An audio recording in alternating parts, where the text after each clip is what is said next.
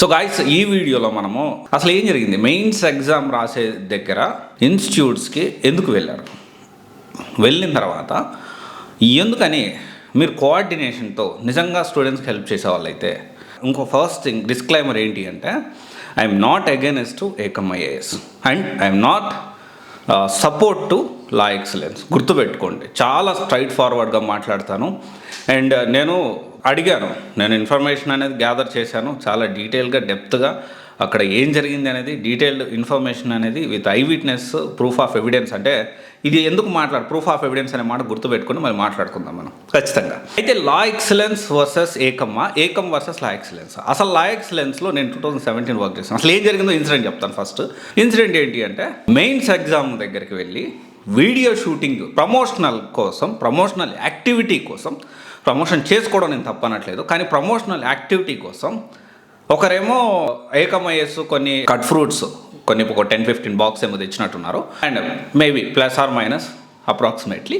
And La Excellence team వచ్చేసి అక్కడ food, rice, chapati, వాళ్ళ కర్రీస్ కొన్ని అవి ప్రొవైడ్ చేయడం జరిగింది. అండ్ దీనికి సంబంధించి నాకు తెలిసిన విశ్వసనీయ సమాచారం ప్రకారం అంటే ఇప్పుడు 2017 నుంచి నాకు తెలిసినప్పటి నుంచి లా ఎక్సలెన్స్ ఈ విషయం చేస్తూ ఉంది. ఈ విధంగా ఫుడ్ పెట్టడం కానీ, నాట్ ఓన్లీ రాంబాబు సారు గుప్తదానాలు చాలా చేశారు, చాలా ఓపెన్గా చెప్తున్నాను నేను.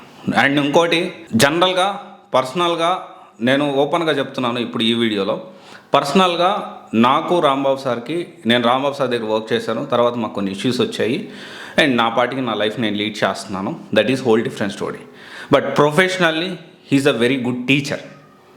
అండ్ ఇప్పుడు మన హైదరాబాద్లో అశోక్ నగర్లో చూసుకుంటే చాలా ఇనిషియేటివ్స్ రాంబాబు సార్ తీసుకొచ్చినవే. చాలా వరకు చాలా వేరే వాళ్ళు కూడా చాలా సపోర్ట్ చేశారు, చాలా ఇనిషియేటివ్ తీసుకొచ్చారు. ఎక్స్ట్రా యాడ్ అని ఈరోజు ఇంత అంటే ఒక అశోక్ నగర్లో ఇంత ఐఏఎస్ కోచింగ్ సెంటర్ హబ్గా ఎదగడానికి one of the key person అని చెప్పడానికి ఎటువంటి అతిశక్తి లేదు. అండ్ పర్సనల్లీ నేను చెప్తున్నాను, పర్సనల్లీ ఎన్నైనా ఉండనియండి, professionally he's a very good teacher. 10 సంవత్సరాలు అడ్వాన్స్గా ఆలోచిస్తారు అండ్ చాలా గుప్తదానాలు చేశాడు నాకు తెలిసినంత వరకు. సరే, ఇక్కడ ఏంటి అంటే, సరే ఇది పక్కన పెడితే 2017 నుంచి చేస్తుంది.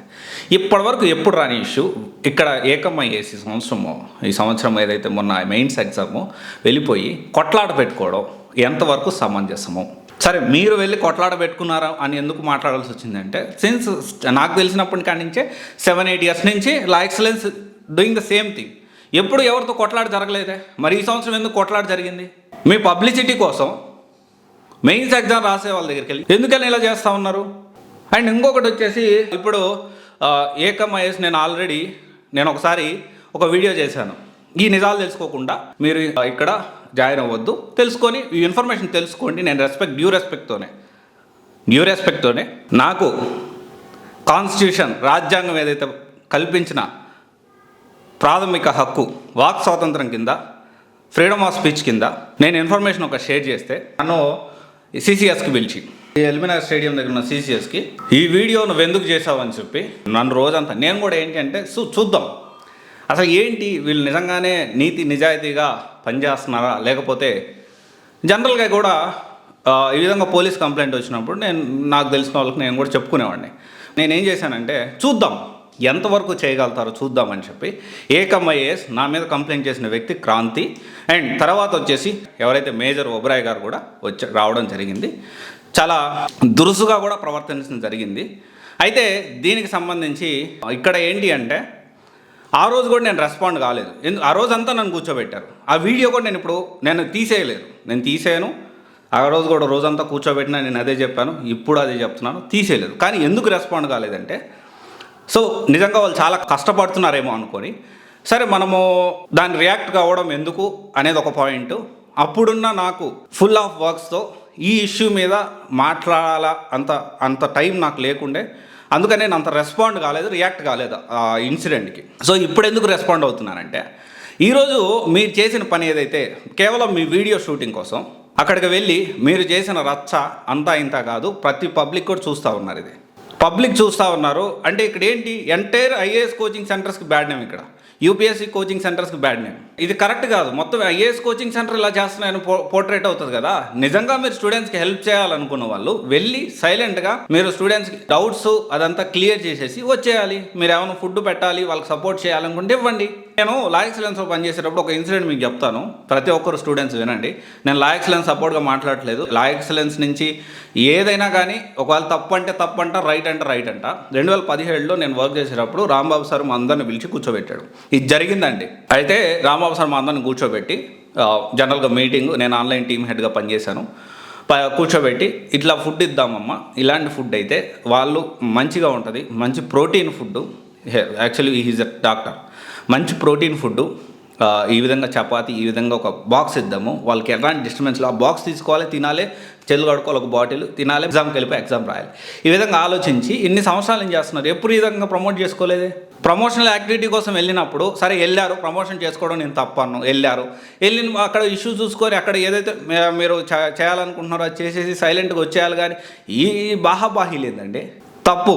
పద్ధతి మార్చుకోవాలి. మీలాగే చాలా ఇన్స్టిట్యూట్స్ అంటే ఈ విధంగా సపోర్ట్ చేసి ఎవ్రీ ఇయర్ లాస్ట్ ఇయర్ ఇంతకుముందు చూసుకుంటే లైక్ విష్ణు సార్ వచ్చారు, తర్వాత శరత్ చంద్ర ఐఏఎస్ వచ్చింది, ఏకేఎస్ ఐఏఎస్ వచ్చింది. ఏకేఎస్ ఐఏఎస్ కూడా ఇలాంటి యాక్టివిటీస్ చాలా చేశారు. అండ్ ఇయర్ చూసుకుంటే మనకి శరత్ చంద్ర ఐఏఎస్ కూడా ఎంతో కొంత సపోర్ట్ చేశారు స్టూడెంట్స్కి. సో సపోర్ట్ చేయడం తప్పు కాదు, ఇక్కడ సపోర్ట్ చేయొద్దు అనట్లేదు, సపోర్ట్ చేయడం తప్పు కాదు. కానీ వెళ్ళి అక్కడ మీరు చేసిన ఇష్యూ గలబా చివరికి పోలీసులు వచ్చి సర్దుమని ఇచ్చారు. ఇది జరిగింది. ఇది వాస్తవం కాదంటారా? ఇది ఎంతవరకు పద్ధతి కాదు. ఇది చాలామంది వేరే ఇన్స్టిట్యూట్స్ కూడా చేశారు, ఇలాగా సైలెంట్గా చేసేసారు, వెళ్ళిపోయారు. మీ ప్రమోషనల్ యాక్టివిటీ కోసం ఇంకొక కొన్ని ఇంటర్వ్యూ అంటే ఇప్పుడు మొత్తం IAS coaching centres bad name అవుతుంది కదా ఇక్కడ. సార్ ప్రతి ఒక్కరు స్పందించాలి సార్ ఈ విషయంలో, ఎందుకంటే ఫర్దర్గా ఇలాంటి రిపీట్ కాకూడదు. అంతకుముందు చాలా ఇన్సిడెంట్స్ జరిగాయి, లైక్ వేరే ఇన్స్టిట్యూట్ దగ్గర చొక్కాలు పట్టుకొని కొట్టుకోవడము. అది కూడా నేను చూశాను. అంటే నేను చూడడం అంటే నాకు తెలిసిన వాళ్ళు చెప్పారు, నేను చూడలేదు. యాక్చువల్లీ చూసిన వాళ్ళు చెప్పారు, కానీ నాకు ప్రూఫ్ ఆఫ్ ఎవిడెన్స్ లేదండి. దాని గురించి పబ్లిక్లోకి తీసుకురావడం ఎందుకు లేదు, ఎంతవరకు కరెక్ట్ అని. కానీ ఇప్పుడు మెయిన్స్ రాసే ఎగ్జామ్లు మీరు డిస్టర్బ్ చేస్తే స్టూడెంట్స్ విషయానికి వస్తే ఖచ్చితంగా మాట్లాడతాను, నేను అడ్రస్ చేస్తాను ఖచ్చితంగా. అండ్ సమ్వన్ హ్యాస్ టు, ఎవరో ఒకరు క్వశ్చన్ చేయాలి కదా. ఇంకా చాలా మాట్లాడారు. బిజినెస్ చేయొద్దు అంటారు, బిజినెస్ అందరూ బిజినెస్ చేస్తున్నారు, బిజినెస్ ఓరియంటేషన్కి వెళ్ళిపోతున్నారు అని చెప్పి మాట్లాడుతున్నారు. సరే ఓకే, మీరు ఫ్రీగా కోచింగ్ ఇస్తున్నారా? ఇవ్వండి, ఫ్రీగా కోచింగ్ ఇవ్వండి. Then you talk about everybody. అందరి గురించి, బిజినెస్ గురించి అప్పుడు మాట్లాడండి. అందరూ బిజినెస్ చేస్తున్నారు, నేను బిజినెస్ చేయట్లేదు, ఫ్రీగా కోచింగ్ తీసుకుంటే. మీరు ఇంకోటి, మీరు 2011, 2014లో అటెంప్ట్ ఇచ్చా అన్నారు, కొట్టి వదిలేసానా అని అన్నారు. ఎప్పుడు కొట్టారు? ఏ ఇయర్ కొట్టారు చెప్పండి. ఉంటుంది కదా లిస్ట్, ఆన్లైన్లో పీడిఎఫ్ ఎప్పటికీ ఉంటుంది. లేకపోతే సమాచార హక్కు చట్టం కింద మొత్తం ఎప్పుడు అటెండ్ చేశారు, ఎన్ని మార్క్స్ వచ్చి, ఏ ఆప్షనల్ తీసుకున్నారు, అది బయటికి తీద్దాం. ఎందుకు సార్ ఇవన్నీ? నీతి నిజాయితీగా మేమే చాలా రెస్పెక్ట్ ఉంది సార్, విత్ డ్యూ రెస్పెక్ట్.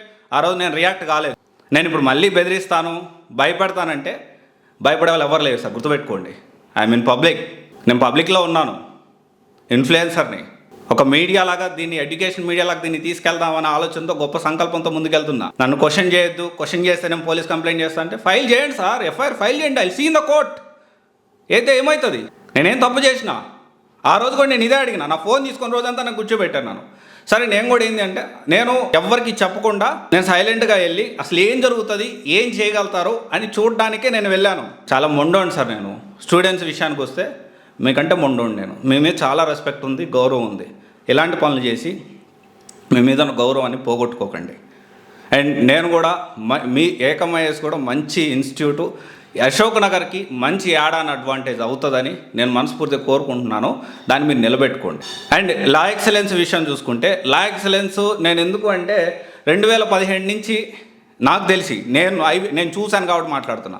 2017 నుంచి they are working very hard on this. అంటే వాళ్ళు వర్క్ చేస్తున్నారు కంటిన్యూస్గా. ఇప్పటివరకు ఎప్పుడు ఇంత ఇష్యూ రాలేదు, ఇంత పబ్లిక్లో బాహాబాహి ఇంకా చాలా జరిగాయి.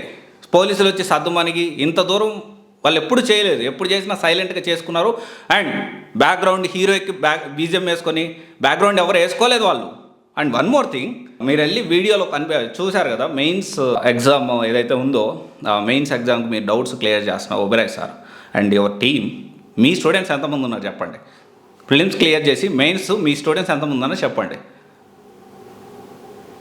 మీరు కేవలం 10 నిమిషాలు వీడియో షూటింగ్ కోసం వచ్చి మొత్తం గందరగోళం చేసి ఈ విధంగా చేయడం అనేది కరెక్ట్ కాదు. పద్ధతి మార్చుకోవాలి.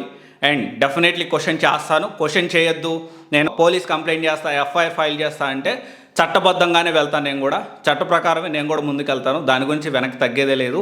అండ్ విత్ డ్యూ రెస్పెక్ట్, మీ మీద చాలా గౌరవం ఉంది, చాలా రెస్పెక్ట్ ఉంది మాకు. అండ్ నేను నా పర్సనల్గా మీరు నన్ను ఇబ్బంది పెట్టినా కానీ నేను రియాక్ట్ అవ్వలేదు, పోనీలే అని.